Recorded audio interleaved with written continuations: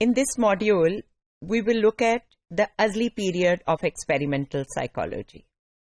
History of experimental psychology is very interesting, and so are the very early experiments.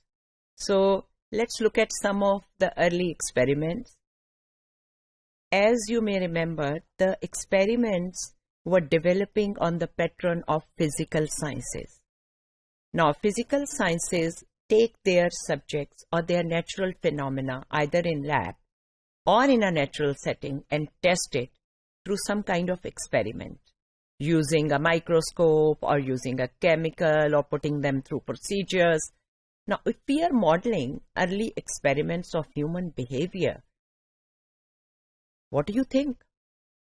What is your guess and what is my guess? How would they study? Because they started with the idea that mind and body influence each other, and human mind is behind all the knowledge that other sciences are actually gaining. So that means the human knowledge which comes through our five senses should be the basis of study. So simple experiments on the simplest of human processes, sensations. But I want to warn you that human senses are not simple. They are very complex. आज तक experimental psychology या neuroscience ये पूरी तरह नहीं जान सकी कि आंखों में जो नजर आता है वो दिमाग उसको किस तरह समझता है. How do we decipher a loving look or a sarcastic look? हमें कैसे पता चलता है ये तंज से देखा जा रहा है या खूबसूरत नजरें हैं हमारी तरफ जो कि सारी शायरी भरी पड़ी है. Now brain somehow processes that. नजर तो वही है ना जो लाइट के जरिए आ रही है. So even vision and vision के जो complex processes हैं वो भी अभी तक पूरी तरह हम study नहीं कर पाए. But the best experiments and the early experiments started with the sensory processes. So experimental psychology, early period. बहुत मजे का जमाना है ये और बहुत मजे का ये मॉड्यूल है. These are 5 pictures that you see there. So one of the very early ones on the right hand that you see, people sitting across a table and few psychologists or scientists standing and watching that experiment, is based on reaction time or hearing. How do we detect a sound? So a basic little tool or instrument was designed which was called chronoscope, and it would detect the sound at a certain level, produce the sound, and the subject would say कि अब मुझे सुनाई दे गया, अब मुझे सुनाई नहीं दिया.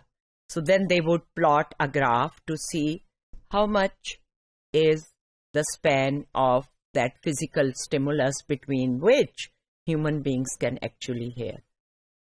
And other earlier experiment was on reaction time, which we still do. We may use more advanced lab equipment, but reaction time is about once you hear a sound or see something, how quickly do you give a response? Phone ki ghanti, jaldi se uthana. That's an example of reaction time. Similarly, red light, you put your foot on the car. So that is reaction time, and it's very important in very important jobs like being a pilot, being a soldier, being in police, being someone who is guiding traffic. So your reaction time is important, and even important for a mother or in human interactions. So they studied reaction time through simple equipment. Then another photo shows you a dog in harness. Now the dog is salivating, and we learn that on the smell of food, the dog salivates. Human beings do the same, but we will not put human beings in labs in those early experiments. There is pigeon. How pigeon pecks on a light. If he gets food, he will peck on it. These are called conditioning experiments. And then you see 2 human beings. These are one of the early, not that early as the other ones, but it was based on a prison study which was studying why do human beings hurt each other. we will be talking about all these studies. ये जो study है ये तो World War के बाद हुई थी, to understand.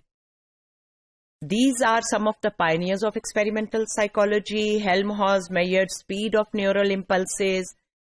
Weber gave the concept of just noticeable difference. थोड़ा सा वेट में फर्क हो तो हम महसूस नहीं करते, ज्यादा हो तो महसूस करते हैं. Fechner studied psychophysics and basically he was called founder of psychophysics.